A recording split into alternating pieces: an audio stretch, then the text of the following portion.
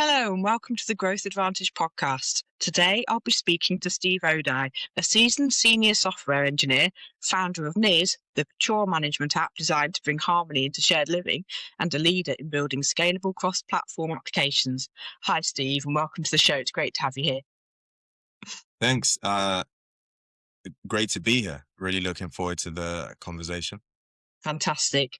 I'd love to start, if possible, Steve, to ask you to share a bit about your background as a senior software engineer and what led you to found Nizz. And also for our listeners who might not be familiar, if you could tell us what Nizz is all about and its mission to bring harmony into shared living.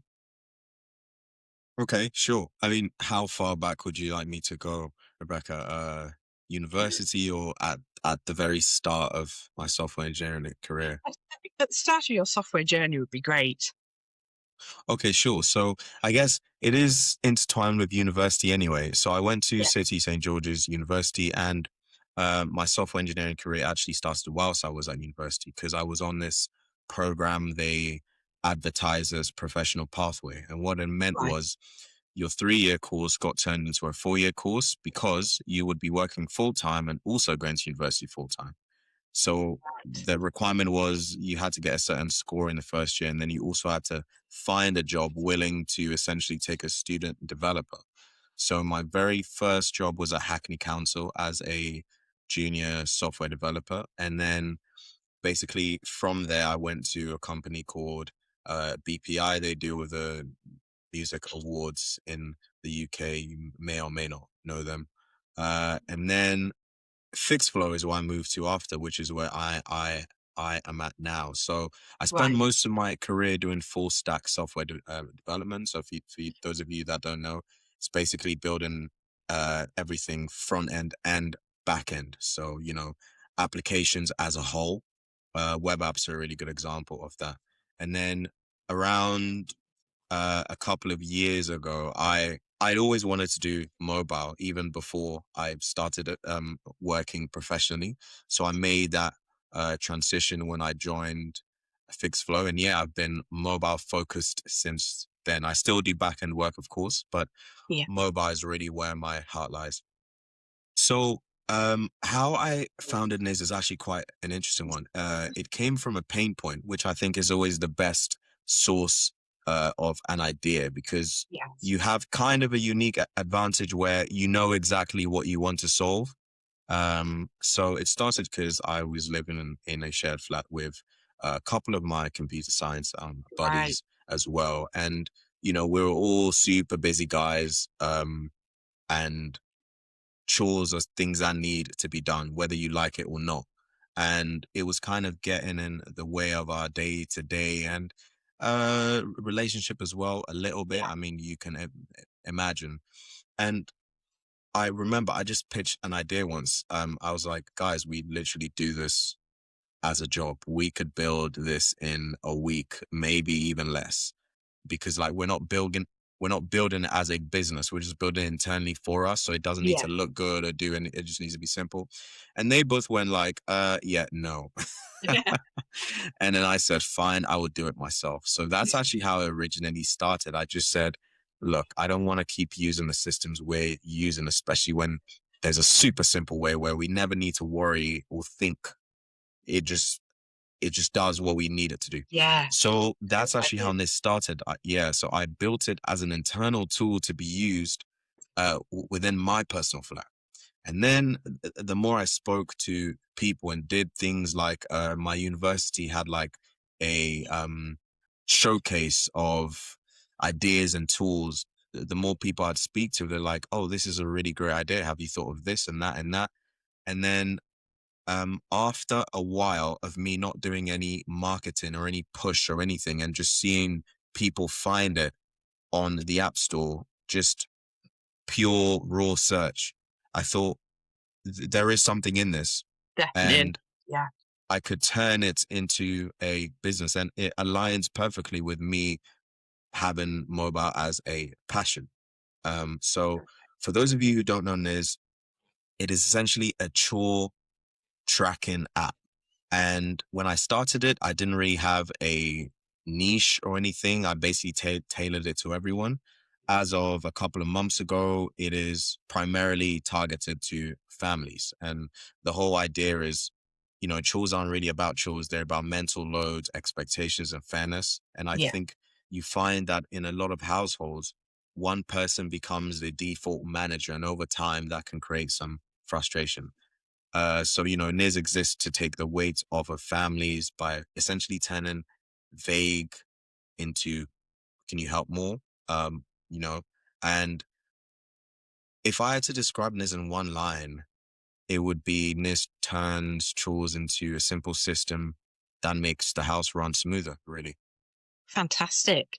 And like you say, Niz aims to turn chore frustration into accountability, which again, like you say, probably takes the pressure off of that person who's fallen into that natural manager role within a family or within a household.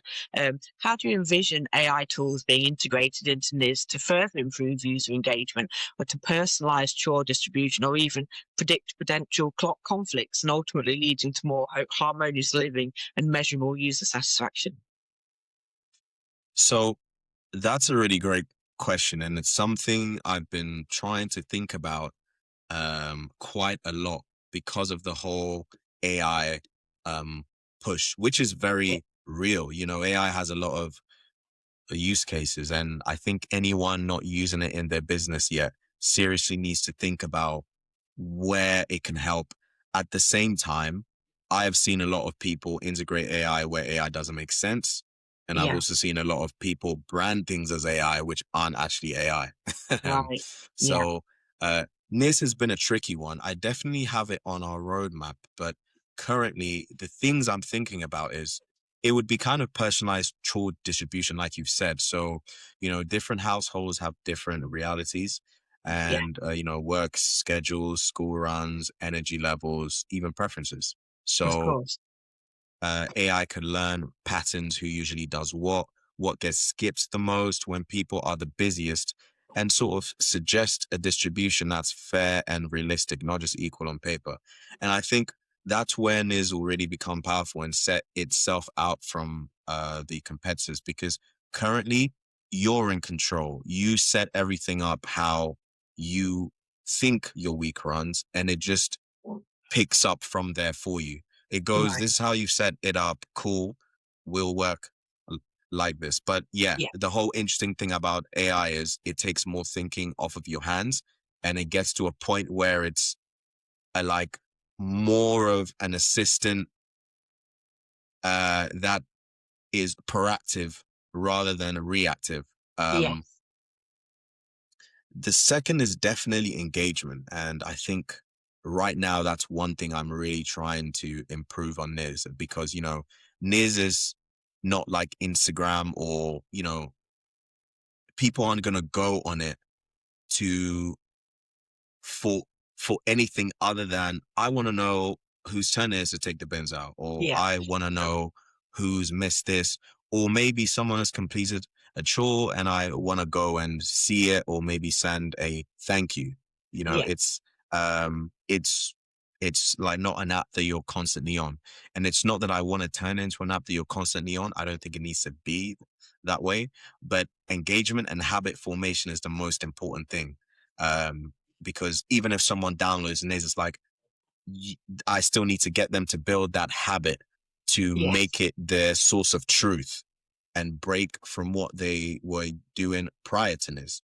So AI can help, keep streaks without um, guilt, integrate some semi-generic reminders, choosing the right moment, choosing the right tone. I'm actually testing something like that right now, where I right, personally wouldn't brand this as AI, to be completely honest, but it is a smart reminder system where you can choose whether you want it daily, weekly, or monthly. And then I also have an option that's called flexible. And what flexible does is it learns how frequently you complete the chores. And then based right, on the frequency, we send notifications out to you. So it's adaptive in that way where that can change. You might yes, get reminded every 3 days, and then maybe you change houses, or one of your kids moves out to, uh, I don't know, college or something. And then now, just based on the average time, you get reminded once every week. right. Um, Yeah, so those are the sort of things that I'm thinking about right now. But definitely engagement and habit formation and personalized chore distribution. I think those would be game changers for this. Absolutely. And as you've mentioned before, as a founder, you're building a product that's hopefully will start to impact everyday life and make the sort of things run more smoothly in family life. How can AI driven marketing and sales automation specifically help Nizz achieve its growth goals and ensuring that the app effectively reaches those households that are struggling with chore disputes and translates interest into active users and measurable revenue for you? Another great question. So for Niz, I think AI driven marketing is and would be all about finding the right households and speaking to their pain points. Not marketing chore apps, but marketing peace at home. I think uh, that's the best way to go forward. So AI can help in these ways.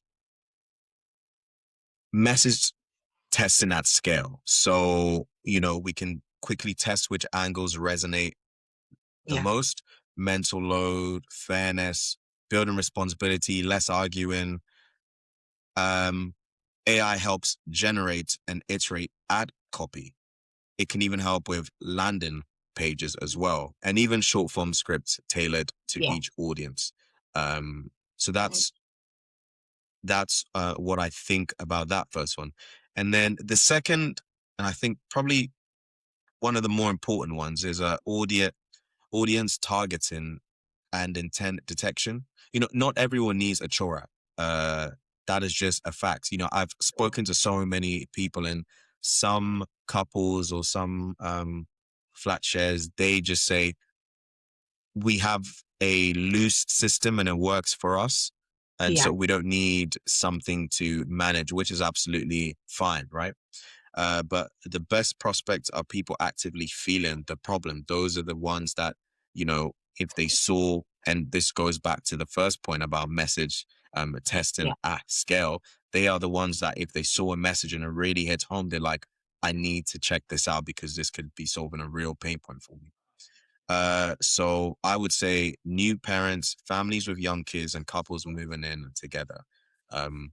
These days you have both the man and the woman working just as hard as each other, but to some degree, there is still the sort of a notion that one side should be doing everything. I've heard that a lot Yes, actually. yeah, I which was is at, understand where you're coming from, yeah. yeah. Um, I was meeting this entrepreneur actually no, it was this Wednesday. You may or may not have heard of him. He's called Timothy Armo.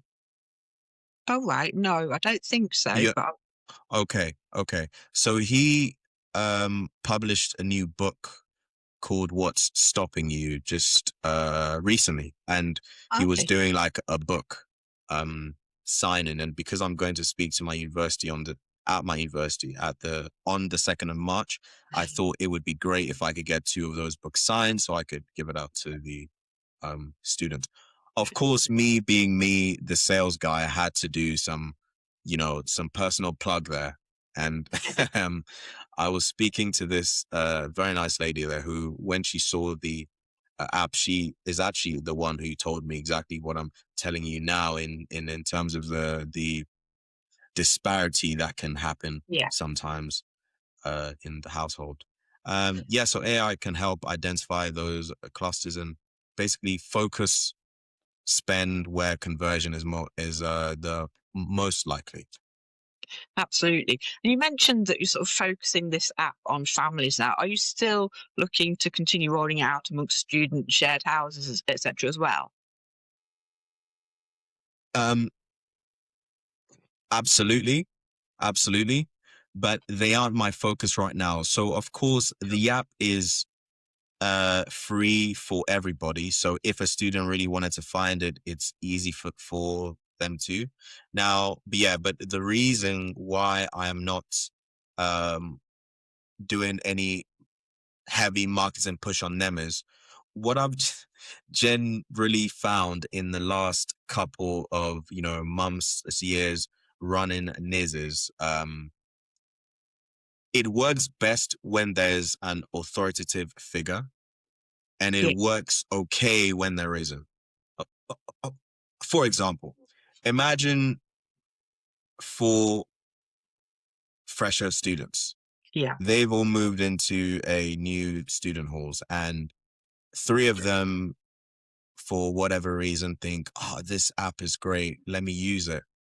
And then the fourth person just wants to be an absolute annoying person, let's say that, Yeah. and just doesn't want to get in with the rest of the crowd. That essentially breaks the use case to some degree. You can still use it, but it just wouldn't be as smooth, and it wouldn't allow this to work as well as it could for you. Comparing it to a parent and kids, or we even tried this. There was a boarding school with head parents and a huge amount of students. There it worked really well because it's like you have an authoritative figure that says, you all need to download this. This is what we're doing. This is the program.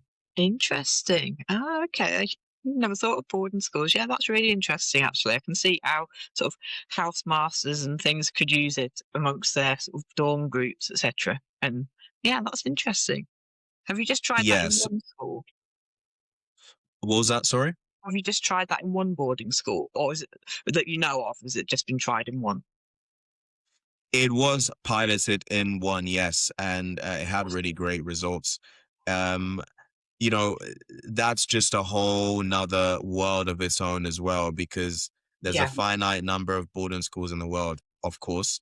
And out of all of those, it's first of all not a huge number. And out of all of those, not all of them make the students do chores as well. Because yeah, you've got the super posh ones, which it's like the students are never going to get their hands dirty at all. And then, not yeah, that that's a bad thing, right? and then and then and then you've got the other ones that do, but it's definitely a tougher nut to crack in terms of, you know, I don't want to compare it to banking, but like kind of like we have our systems, we've been yeah, using it for XYZ so long, and we're yeah. kind of, yeah, but it was Yeah. definitely interesting to test them out for Yeah, sure. it sounds really interesting.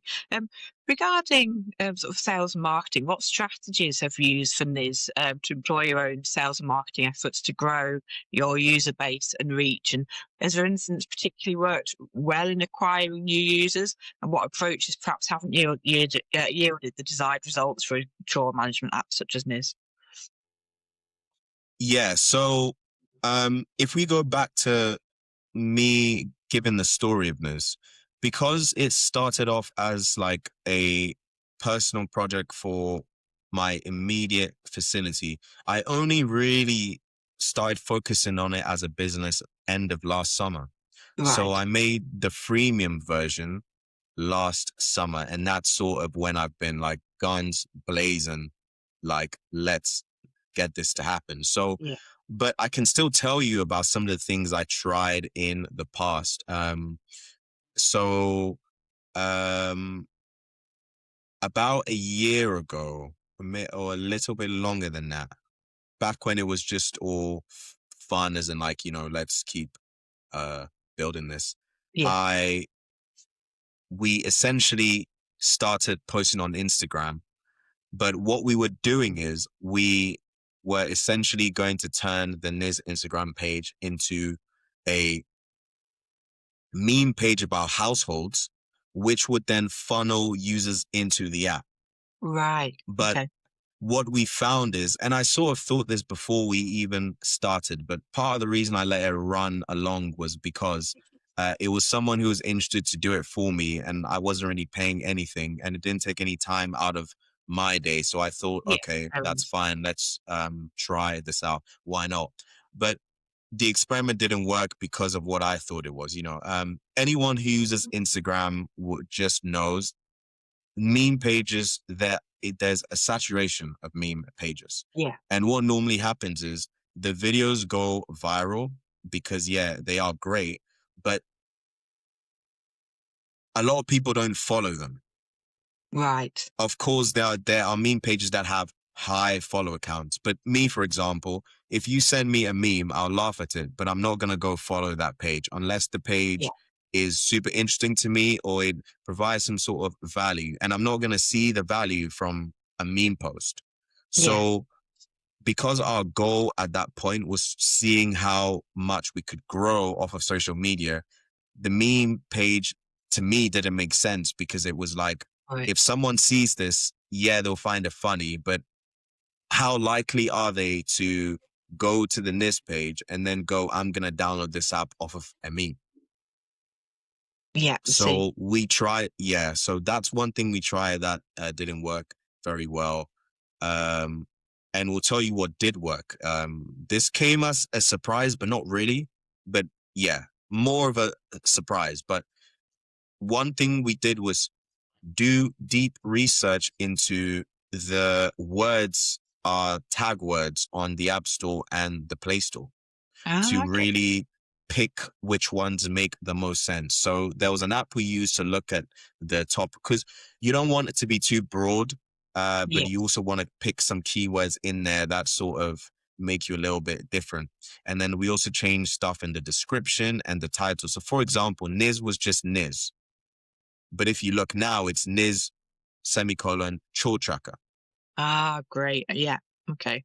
So that combined with the tags and the description massively boosted our downloads. And this wasn't even with us bidding on the words. We just changed it.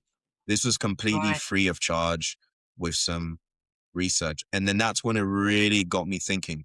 The path to growth for this, for me, is the AdWords, Yeah. pushing a bit more money into that. And more importantly, targeted ads, especially once I Right. got the niche down. Because as I said previously, the wording, there wasn't really any wording. It was, this is an app for everybody. And it Yeah. still kind of is an app for everybody, but it's tailored now specifically to families. Perfect. And how do you approach generating interest and engagement for Nizz? And how do you convert that interest into active downloads and consistent usage, especially given the common challenge of household chore management? I'm sure the more people know about it, the sort of more demand there'll be for it. Yeah, that's a great question. I think in terms of conversion, Um, okay, so if I start from the very start of the journey, which you said generating interest. Yeah. So um, we actually haven't done a whole lot of that.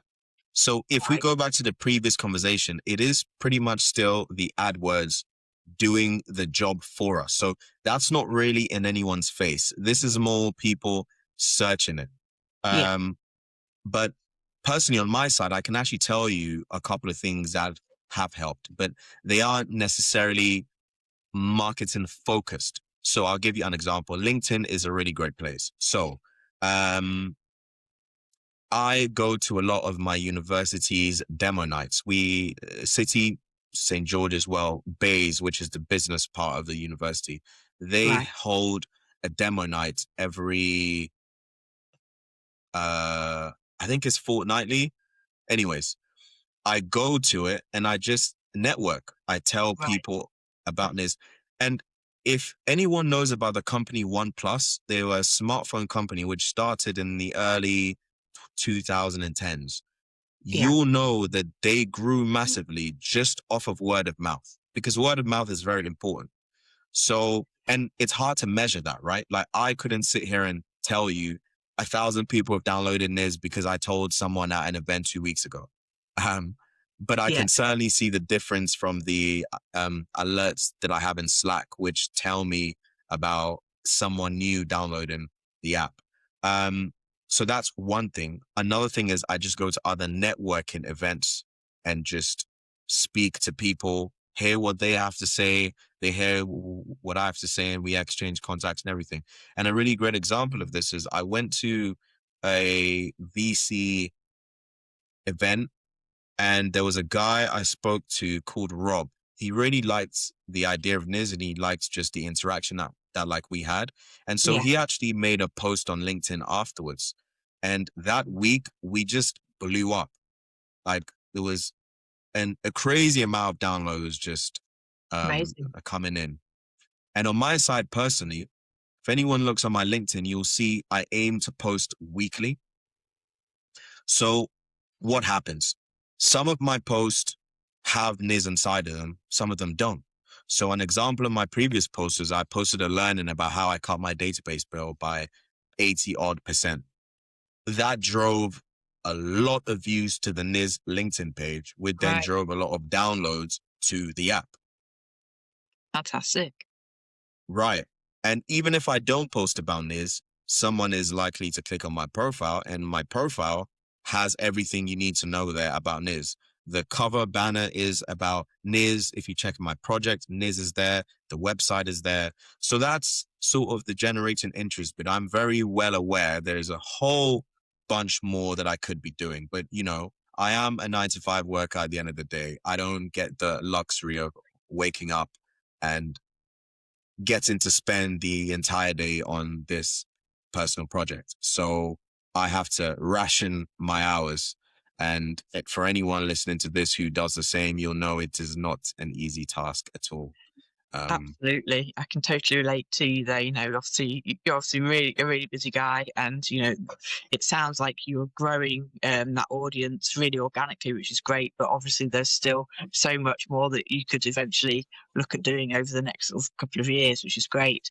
And talking about your experience now at Fixed Flow, um, you've been involved there transforming their contractor app into a robust, high-performing product also. How could AI tools be used to optimize the marketing and outreach for a B2B SaaS product such as FixFlow, and ensuring that it attracts the right property professionals and automates the follow-up process to maximize lead generation and client acquisition? Sounds like a question for products, but I will do my best to give a satisfactory answer. I guess B2B is a different ballgame. It's less Yeah. about downloads and more about trusting, timing, and ROI, most importantly. Um, so, you know, AI can make B2B outreach smarter by lead scoring. So identifying which property professionals are the most likely to convert based on, firm size, portfolio type, urgency signals, engagement. Um, Personalized outreach at scale as well, tailored emails and sequences that speaks to the prospect's real workflow pain. And then other things I can think of are like automated follow-ups that feel more human. So Yes. timing follow-ups based on behavior rather than, generic drip campaigns, which I know we do quite well. Content personalization is a really huge one as well. Showing the right case study or use case, depending on whether the prospect is a lettings agent or housing association or, blocks is a whole nother thing too. So I think it's just catering to the right person, and AI can just optimize all of this because it just helps you do what you want to do faster. In certain use cases, it even does it for you if you Absolutely. set your workflows up correctly. And I think another important thing now is touching back on what I said about the personalization.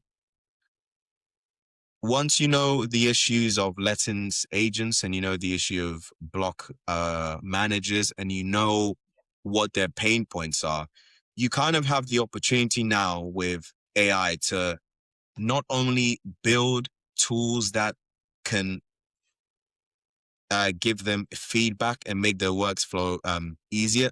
But in some cases, you can take quite a lot of work off their hands because we know in the property space, there's sometimes a lot of manual stuff that goes on, which Yes. computers have become very smart now, where you can configure them through machine learning and all types of other stuff to do certain things for you that would originally have taken someone hours to do. And then, you have the whole thing about human error because we're not robots, right? So yeah, Yeah. there's massive potential for AI and prop tech, and especially for us. And we're definitely at the forefront of that. Absolutely, that's great to hear. And in terms of building scalable apps, how can AI-driven platforms or tools foster stronger connections with users and facilitating feedback loops and personalized experiences that perhaps lead to measurable growth and retention for apps such as Nizz? Great question. So I think one of the biggest advantages of AI in scalable products is closing the loop between what users do and what they struggle with and how the product adapts. So AI can help with turning qualitative feedback into themes and priorities. A, a really good example of this is most app founders or app managers would be familiar with a tool called App Follow. Obviously, it has competitors, so you might be using another one. Yeah, But if you use any other competitor, you definitely know what App Follow is. And it's essentially a software, a web app that allows you to plug in your existing apps into it. And it helps you do stuff like track keywords. It helps you do stuff like track your ratings and reviews, and they can report that. I went to, what is this called? There's an app event. I can't believe I don't remember the name now, but I got an invitation to go to it last year. I think it was right before summer. right. Um, and and and and the lady who invited me and sponsored me with a ticket, shout out to you, by the way, she worked for AppFollow, actually. So when I went there, I thought it would be great to go to the booth and speak to her, speak to the Yeah, founder as well, and see what they're working on. And they had some really cool stuff where now, if someone leaves a rating and review, because you can't reply to a rating, of course, but a review you can, it would yeah, essentially use AI to reply to you automatically and do some other things behind the scenes, like maybe create a bug or email you and sort of alert you on what has like happened. And I right. think going back to closing the loop with between what users do and what they struggle with, that's a huge selling point for anyone that manages an Yes, app. Especially if you're running a large scale app with thousands of users and reviews coming by the day. That is a helpful assistant, and it's night and day difference. Um, I think detecting drop off moments and suggesting improvements to onboarding flows as well. People should be using AI to optimize as much as they can all the time. And it also helps product teams move faster. You can summarize insights, propose experiments. And if you ask any developer who uses AI, this is a huge thing.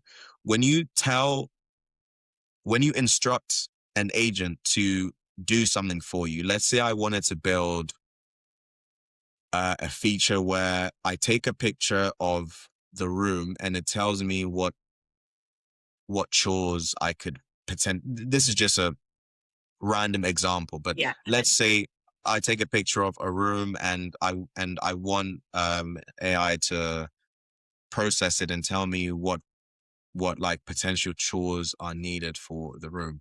What you'd find is it almost always, not always, but it almost always comes up with stuff you wouldn't have even thought about. right. You might have thought about it a month, a week, a year from now, but not at that specific moment. And it's just Yeah, saved you that time and uh, optimization, really. So I think for product teams, helping them spot patterns they'd otherwise miss is a huge thing.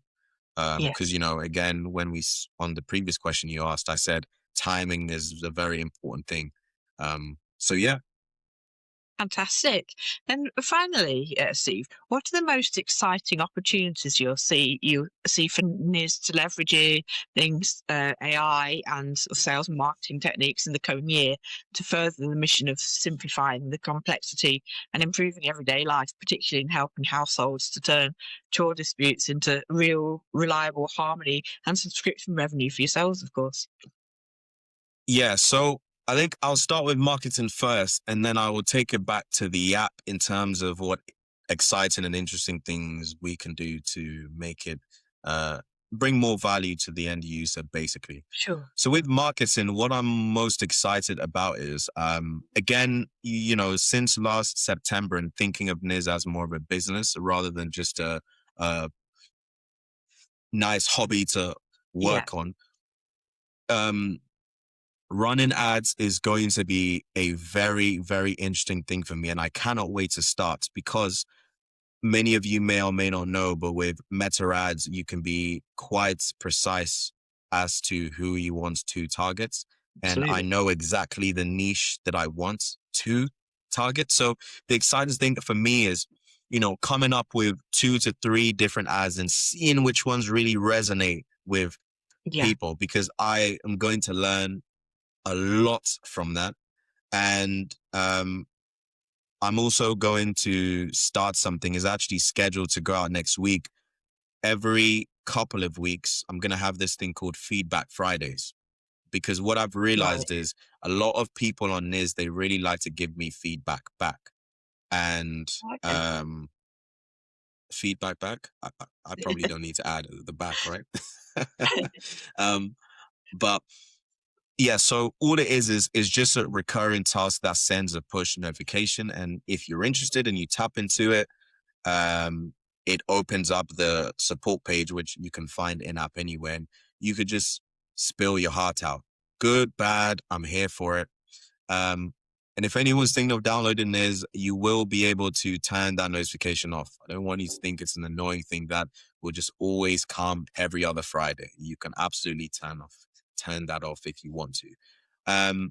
Yeah, so on the marketing front, those are the really exciting things. LinkedIn as well, because I have posts scheduled around this. And so I'm really, really interested in seeing how many more times that drive to the app because of a LinkedIn post stays consistent, because so far the results have been pretty impressive. And it's easy to measure when you kind of look at the time of your post, what LinkedIn reports about the page being visited versus the internal stats I have. I also have, inside the app, people telling me where they are coming from. It is Right. a mandatory step that you cannot skip. Sorry, guys. And what it does is it gives me a very nice dashboard that I can just have a pie chart, very nice pie chart showing me where most people come from. Interesting enough, if I was to ask you where most people come from, where do you think they come from? Just based on the chat that we've had today.